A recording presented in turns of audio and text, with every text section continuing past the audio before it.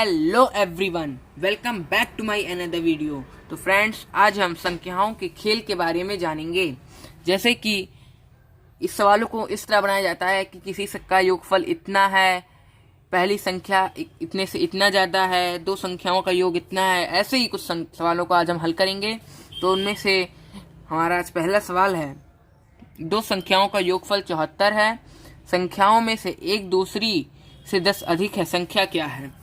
देखिए, ऐसे सारे सवाल बहुत सारे आते हैं एग्जाम में। तो हम आपको इसको लगाना बताते हैं। जैसे कि कह रहा है कि दो संख्याओं का योगफल कितना है, 72, और कह रहा है कि एक संख्या दूसरी से 10 अधिक है। हम मान लेते हैं कि हमारी जो पहली संख्या नहीं होगी, पहली संख्या अगर हम मान लें कि हमारी पहली संख्या x है, तो जैसे उसमें कह रहा है कि पहली दूसरी से 10 अधिक है। अगर दूसरी x है तो पहली x प्लस 10, मतलब कि कह रहा है कि पहली जो है वो दूसरे वाले से 10 अधिक है, 10 ये अधिक है और ये x है। और कह रहा है कि इन दोनों को जोड़ने पे हमें कितना मिलता है, 74। तो चलिए हल करके देख लेते हैं। हम x प्लस 10 करेंगे प्लस x करेंगे इक्वल टू 74। यही क्वेश्चन में कह रहा है कि इसको और इसको जोड़ने में हमें 74 मिलता है। तो इसको हम हल करते हैं। हमारा 2x plus 10 equal to 74, 2x equal to 74 minus 10, 2x equal to 64, x equal to 64 upon 2, 32। हमको क्या मिल गया, x बराबर 32। और हमारा एक 10 अधिक है, तो x अधिक वाला क्या हो गया हमारा, 32 प्लस 10 इक्वल टू 42। अब इसको जोड़ो को देख लीजिए, 2 2 4 4 3 7। हमारा एक 32 और एक 42 है, हमारे दो नंबर्स मिल गए। अगले पर चलते हैं। दो संख्याओं में दो अनुपात 5 का अनुपात है, उनमें 66 का अंतर हो तो संख्याएं क्या हैं। कह रहा है कि दो संख्याएं हैं, उनका अनुपात हमें बता दिया है। और कह रहा है कि दोनों को अगर हम घटा देते हैं तो दोनों का अंतर 66 होता है, तो वो संख्याएं बतानी है। हम कह देते हैं कि जैसे हम 2x मान लेते हैं, इसको हम 2 को हम 2x मान लेते हैं, और 5x जो 5 था उसको हम 5x मान लेते हैं। तो कह रहा है कि दोनों को घटाने पे कितना मिलता है हमें, 66। अब इसी को हल कर देते हैं। हमको यहाँ क्या मिल गया, सॉरी उल्टा रहेगा, तो 5 में से 2 जाएगा, क्या मिल गया हमें, 3x upon equal to 66, x equal to 66 upon 3, हमें मिल गया 22। x इक्वल टू 22, x का हम मान रख देते हैं, यहाँ 2x है तो यहाँ पे एक पहला 44 हो जाएगा, और 22 को 5 से गुणा करें तो हमें 110 मिल जाता है। अब दोनों को आप घटा के देख लीजिए, देखिए आपको 66 आता है कि नहीं। तो 6 4 10 के 0 हासिल 1, 6 4 10 11, हमें मिल गया 110।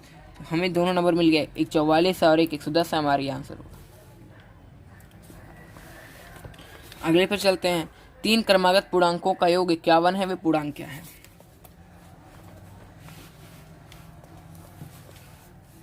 मान लीजिए आपको जो पहला पूर्णांक है वो x है, दूसरा x प्लस 1 है, और तीसरा जो है वो x प्लस 2 है।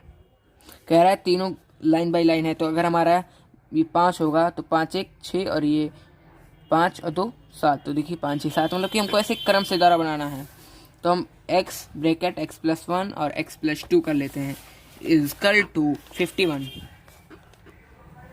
कह रहा है कि तीनों को जोड़ने पे हमें 51 मिलता है। अब इसको हम जोड़ लेते हैं, तो यहाँ पे 3x हो गया हमारा plus 3 equal to 51, 3x equal to 51 minus 3, 3x equal to हमें मिल जाता है 48।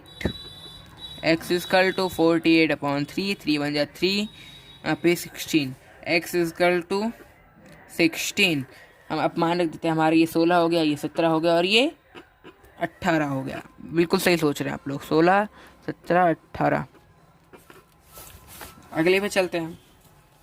परिमेय संख्या माइनस 7/3 कि दुगने में क्या जोड़ा जाना चाहिए ताकि 3/7 प्राप्त हो। कह रहा है कि अगर हम इसको दुगना कर दें और उसमें हम क्या जोड़ दें कि हमें ये मिल जाए, 3/7 मिल जाए। तो हम कह देते हैं कि हमारा जो नंबर दिया हुआ है -7/3, कह रहा है इसको दुगना करने को, हम इसको दुगना कर देते हैं, गुणे 2 से गुणा कर देंगे, दुगना हो गया, हमें मिल जाता है -14/3। और कह रहा है इसमें क्या जोड़ दिया जाए कि हमें क्या मिल जाए, 3/7 मिल जाए। हम जानते हैं कि बड़ा कौन होगा, इसमें जब हम मान लीजिए कुछ जोड़ेंगे तब ये इसके बराबर होगा, तो बड़ा कौन, बड़ा ये। तो हमें जैसे आपको कहा जाए कि हम दो संख्याओं को जोड़े और हमको मिल जाता है 10, उनमें से एक संख्या 5 है, 5 में हम कुछ जोड़े, हमको मिल गया 10। तो बताना है कि यहाँ पे क्या रहेगा। तो हम क्या करते हैं, 10 में से 5 घटा देते हैं, हमको क्या मिल जाता है 5। अगर कहा जाए कि जोड़ने पे 12 आता है दो संख्याओं को और पहली संख्या 7 है तो दूसरी संख्या बताओ, तो हम क्या करेंगे, 12 में से 7 घटा देंगे, कितना मिल गया हमें 5। मतलब हम कह सकते हैं कि हमारी दूसरी संख्या 5 है। वैसे ही कह रहा है कि इसमें कुछ क्या जोड़ें कि हमें ये मिल जाए, तो इसमें से हम ये घटा देते हैं। किसमें से क्या घटाएंगे, 3/7 -14/3। अब क्या होगा, 3/7 हो गया, ये माइनस माइनस प्लस हो जाएगा,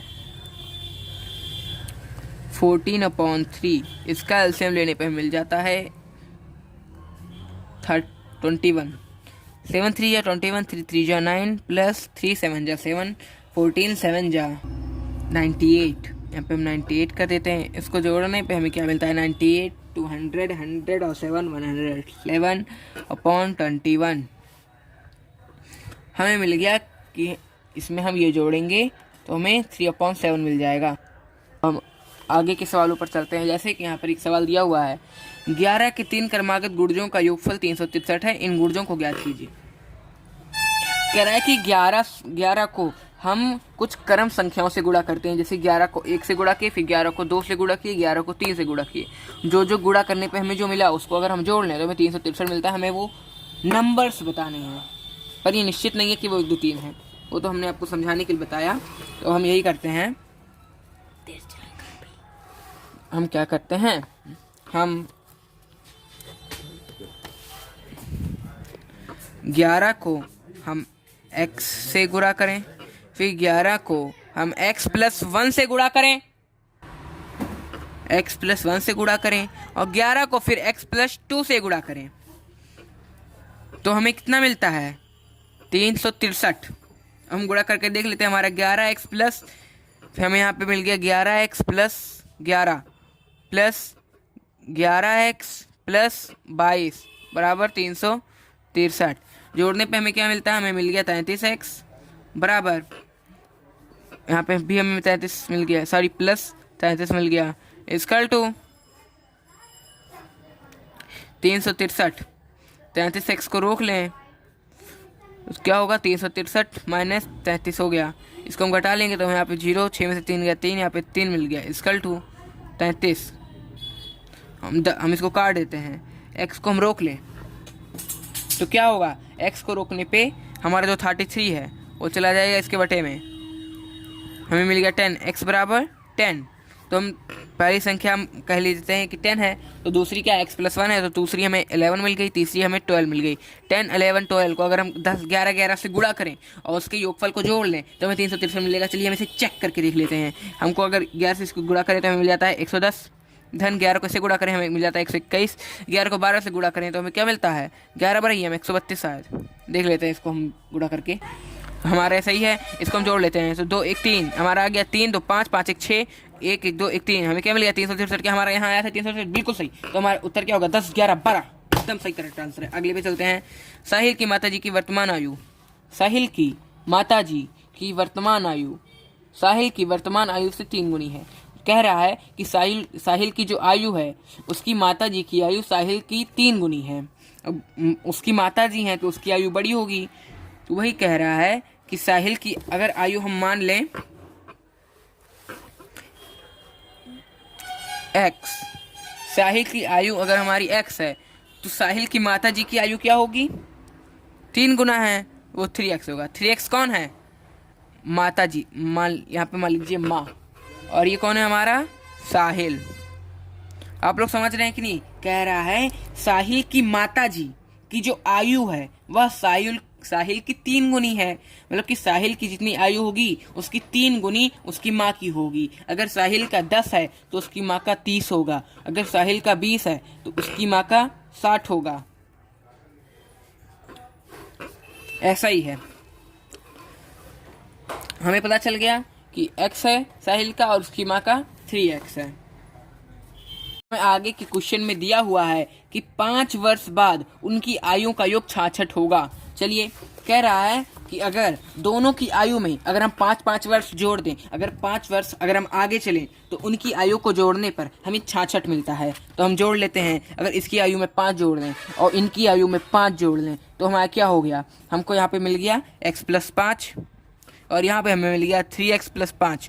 कह रहा है कि दोनों को जोड़ने पे हमें मिलता है 66। हम करके देख लेते हैं, हमारा 3x और एक x 4x + 5 5 10 is equal to 66।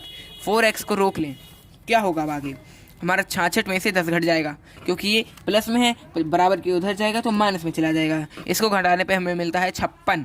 x को हम रोक लें तो 56/4। क्या मैं सही हूँ? अगर सही हूँ तो आप इस वीडियो को तुरंत लाइक करिए। देखिए, हमें इसको घटाने पे मिल गया 56, यहाँ पे 4x था, 4x बराबर 56। x को रोक लिए, 4 हमारे गोड़े में किसमें चला जाएगा, बटे में। हम 56/4 कर दिए, 4 एकम 4, हमें कितना मिल गया 1 16, 4 चौक 16, हमें क्या मिल गया 14। 14 किसका है, 14 किसका था, x का, और x कौन है हमारा, x हमारा साहिल है, साहिल का हमें मिल गया 14 वर्ष।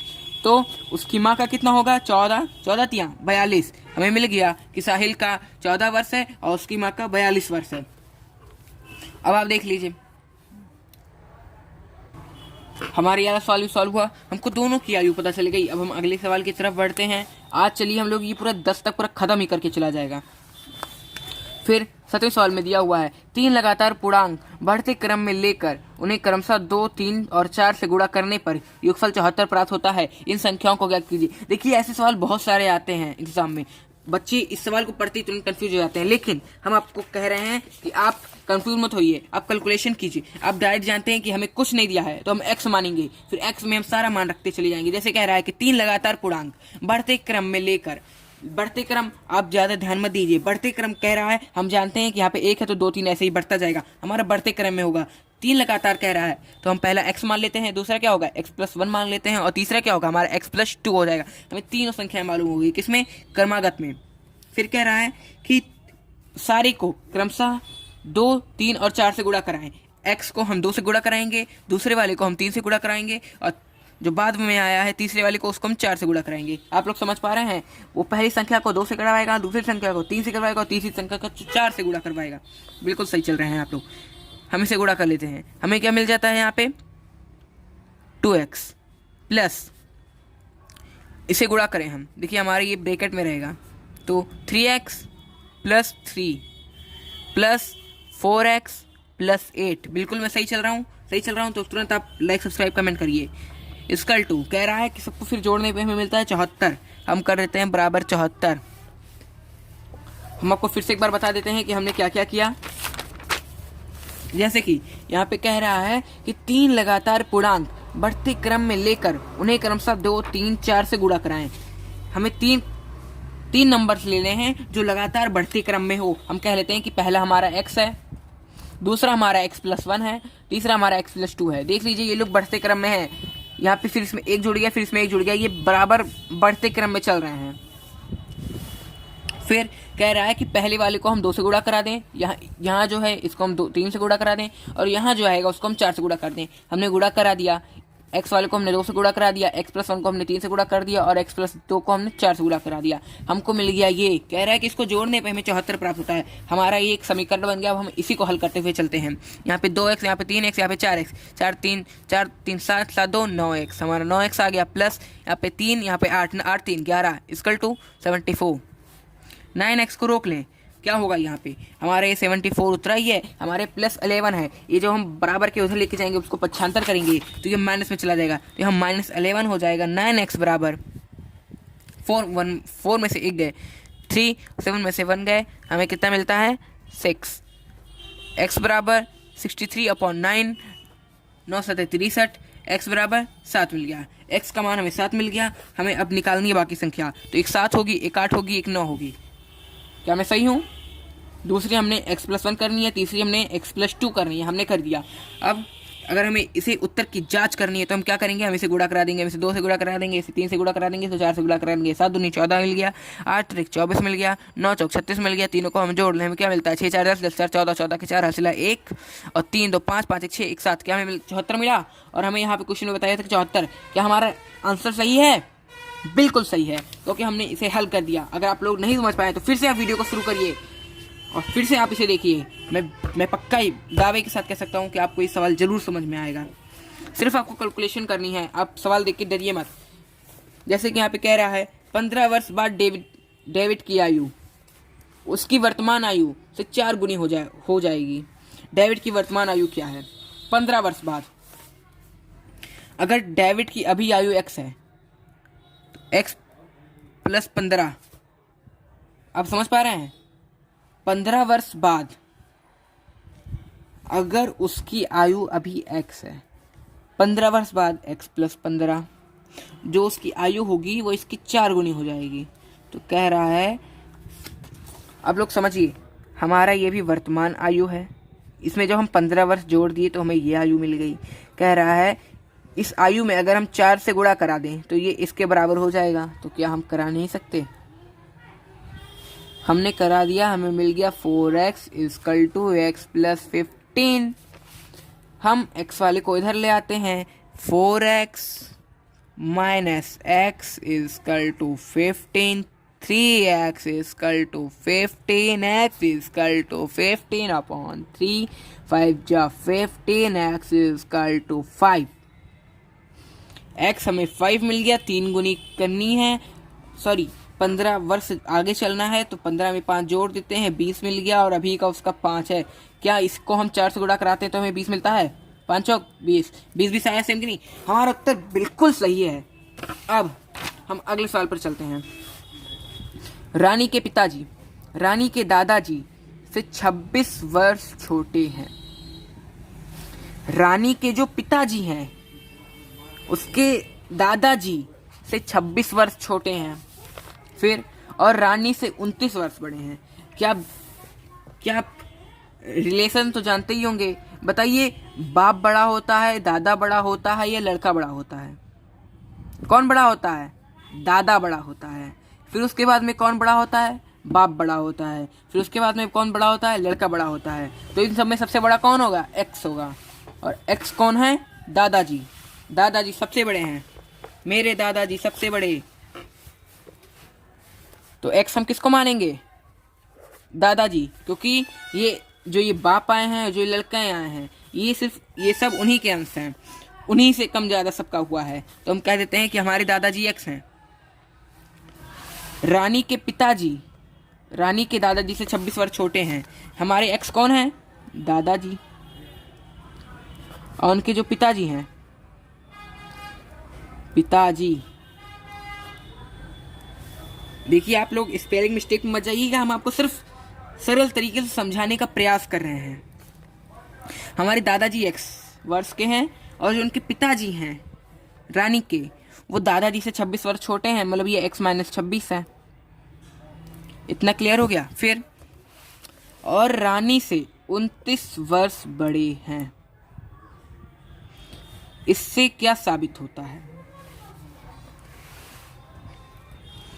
इससे ये साबित होता है कि ये रानी के पिताजी की आयु है और ये रानी के दादाजी की आयु है। अब हमें अगर रानी की आयु निकालनी है तो इसमें कह रहा है कि उसके पिताजी जो हैं दादाजी से 26 वर्ष छोटे थे, पर रानी से 29 वर्ष बड़े हैं। तो इससे ये जाहिर होता है कि रानी की आयु, जो उसके पिताजी की आयु क्या थी, x - 26, उससे भी 29 वर्ष क्या है, छोटी है। इतना क्लियर? अब हमको सबकी आयु मिल गई। दादाजी की आयु x, पिताजी की आयु x - 26 और रानी की आयु x - 26 - 29। क्वेश्चन में कह रहा है कि उनकी आयु का योग 135 है। तो उनकी अलग अलग आयु ज्ञात कीजिए। जैसा कि उनकी आयु का योग इसमें बताया हुआ है 135, हम सबको जोड़ लेते हैं। x plus x minus 26 plus x minus 26 minus 29 equal to 135। क्या आपको यहाँ तक क्लियर हो गया? आपको सारे डाउट क्लियर है? अगर नहीं क्लियर हुए हैं तो हमें तुरंत कमेंट करिए, हम आपको इसका और अच्छे से समझा के आपको बताएंगे और सरल तरीके से। लेकिन ये भी हम आपको बहुत सरल तरीके से समझा रहे हैं। अगर ये भी आपको नहीं समझ में आ रहा तो हम आपको और इजी तरीके से बताने का प्रयास करेंगे अगले वीडियो में। हम जोड़ लेते हैं x और x, तीन जगह x है, हम तीनों को जोड़ लेंगे क्योंकि तीनों प्लस में है। हमें मिल गया 3x। अब यहाँ देखिए, यहाँ -26 है और यहाँ पे -26 और यहाँ पे -29, सारे माइनस वाले को हम जोड़ लेंगे तो हमें क्या मिलता है? 26 दूना 52, 52 और 29 कितना होता है? जोड़ लेते हैं तुरंत। 52 में 29 जोड़ने पे 9 2 11 के 1 हंसलाए 5 2 7 1 8, 81। और 81 हमारा किस में रहेगा? माइनस में या प्लस में? माइनस में। -81 इक्वल टू 135। अगर हम 3x रोक लें तो हमारा -81 बराबर के जब उधर जाएगा 75 होगा तो किस में हो जाएगा? प्लस में। तो 135 प्लस 81, 3x इजकल टू, जोड़ने पे हमें मिल जाता है 5 1 6 8 3 11 के 1 हंसला 1 1 1 2, x बराबर 216 बटा 3, 3 से 3 7 21, 3 दूनी 6, हमें x बराबर मिल गया 72। 72 वर्ष का कौन है? x। और x किसका मान था? दादाजी। हमने आपको पहले ही बताया था कि हमारे दादाजी सबसे बड़े हैं, उनसे छोटे हमारे बाबा जी हैं और उनसे छोटे हमारे लड़के हैं।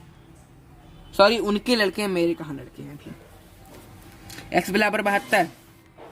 पिताजी के निकालने के लिए हम क्या करेंगे? x माइनस 26 करेंगे क्योंकि हमने यहाँ पे पहले ही लिख दिया था। तो x माइनस 26 मतलब 72 माइनस 26, दोनों को घटाने पे मिलता है 12 6 6 6, यहाँ पे मिलता है 6 में से 2 गए 4। हमारे बाबा जी हैं 46 वर्ष के, जो कि यह सत्य है। फिर हमें रानी की आयु पता है क्या? x माइनस 26 माइनस 29 हम कर लेते हैं। x हमें मिल गया 72 माइनस 26 माइनस 29, 72 में से 26 गया 46 माइनस 29। देखिए आप लोग चीटिंग भी करिए, जैसे कि यहाँ पर आप देख पा रहे होंगे कि 72 माइनस 26 हमने लिखा हुआ था, तो यहाँ भी वही चीटिंग करके उतार दीजिए। चीटिंग हर चीज में नहीं करते, लेकिन कभी कभी इसको बुद्धि का खेल कहते हैं कि दोबारा क्यों करने जाए। हमें जब यहाँ पता है तब। इसे घटाने पे हमें क्या मिलता है? 9 6 15 15 और हमें यहाँ पे मिल गया 7, 16 में से 9 गए 7, यहाँ पे मिल गया 3, 3 में से 2 गए 1।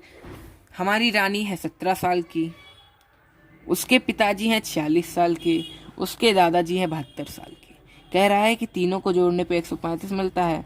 तो क्या ना हम यह चेक कर सकते हैं? यहाँ पे 2 6 6 2 8 8 7, 15 के 5 हंसला 1 4 1 5 5 7 12 12 1 13। क्या हमें मिला 135? या बिल्कुल मिला। देखिए अब यहाँ पर सिर्फ एक सवाल बचा हुआ है। देखिए आप लोग इसका स्क्रीनशॉट ले लीजिए। अगर आप ये सवाल हल कर पाएं तो आप इसे हल करें, वरना अगर कहीं बच रहा हो तो हमें कमेंट करें। अगली वीडियो पे हम इस सवाल को जरूर हल करेंगे। तब तक के लिए जय हिंद, जय भारत। Thanks for watching.